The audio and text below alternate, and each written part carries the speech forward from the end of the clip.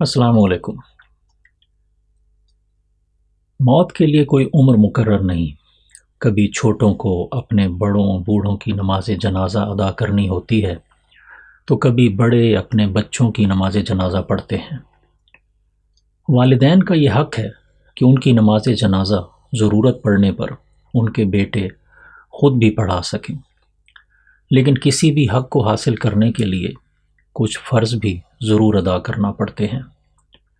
इस हक का हकदार बनने के लिए भी ज़रूरी है कि वालिदैन अपने बच्चों को वो ज़रूरी दीनी तरबियत और माहौल मुहैया करें जो उन्हें मुसलमानों की इज्तमाई इबादात की इमामत का अहल बना सकें।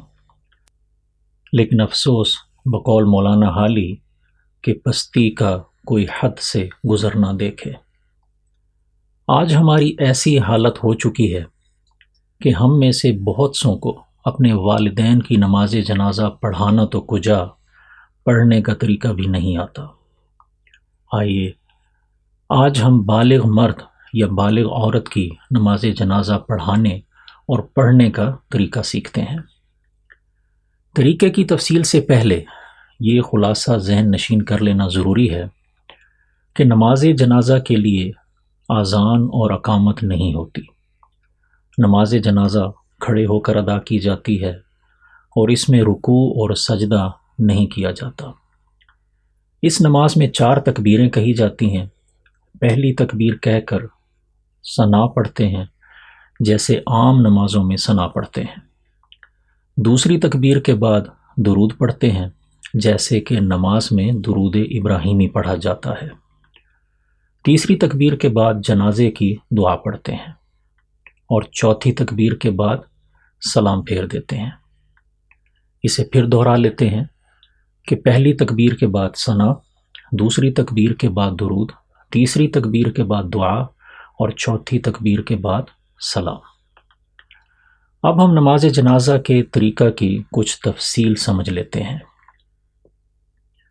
तरीका ये है कि जनाजा को सामने रख कर इमाम उसके सीना के बिलमुकाबिल किबला रुख खड़ा हो और बाकी लोग इमाम के पीछे सफ़ें बनाकर खड़े हों। नीयत दिल के इरादे का नाम है। नमाज जनाजा शुरू करने से पहले बतौर नीयत कहने के लिए कोई मखसूस अल्फाज नहीं है। बस दिल में ये नीयत हो कि अल्लाह ताला की रज़ा के लिए फ़लाँ मैयत की नमाज जनाजा अदा कर रहा हूँ। इमाम इमामत की नीयत करे और मुक्तदी इमाम की इक्तदा करने की। सफ़ों को दुरुस्त करने के बाद इमाम पहली तकबीर बुलंद आवाज़ में कहे और मुक्तदी आहिस्ता आवाज़ में कहें। सिर्फ इस पहली तकबीर पर कानों तक हाथ उठाएं जैसा कि आम नमाजों में हाथ उठाते हैं और बाद की 3 तकबीरों में हाथ ना उठाएं। पहली तकबीर पर हाथ उठाकर बांध लें जैसे आम नमाजों में बांधते हैं। पहली तकबीर के बाद सना पढ़ें। सना बिल्कुल वैसे भी पढ़ सकते हैं जैसे आम नमाजों में पढ़ते हैं, लेकिन अगर याद हो तो वजल्ला सनाउ का के अल्फाज के इजाफे के साथ इस तरह पढ़ें तो ज़्यादा बेहतर है। सुबहानक अल्लाहुम्मा व बिहम्दिका व तबारक अस्मुका व तआला जद्दुका व जल्ला सनाउका व ला इलाहा गैरुक।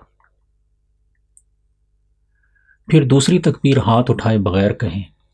इमाम बुलंद आवाज़ से कहे और मुक्तदी आहिस्ता आवाज़ से। अब दुरूद पाक पढ़ें जैसे कि आम नमाजों में दुरूद इब्राहिमी पढ़ा जाता है, जो कि अल्हम्दुलिल्लाह हम सबको याद है। फिर तीसरी तकबीर हाथ उठाए बगैर कहें। इमाम बुलंद आवाज़ से कहे और मुक्तदी आहिस्ता आवाज़ से। अब जनाजे की दुआ पढ़ें। बालिग मर्द या औरत के लिए पढ़ी जाने वाली दुआ, जो कि मैयत और तमाम मुसलमानों के लिए एक जामे दुआ है, वो ये है। अल्लाहुम्मा गफिर ली हय्यिना व मय्यितिना व शाहिदिना व गायबिना व सगीरिना व कबीरिना व ज़करिना व उन्साना اللہم من احییتہ منا فاحیہ علی الاسلام ومن توفیتہ منا فتوفہ علی الایمان۔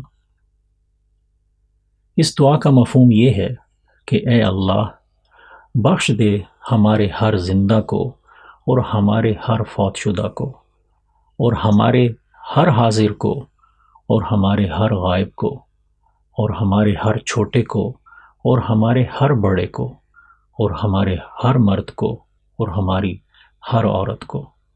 الہی، تو ہم میں سے جس کو زندہ رکھے تو اس کو اسلام پر زندہ رکھ، اور ہم میں سے جس کو موت دے تو اس کو ایمان پر موت دے۔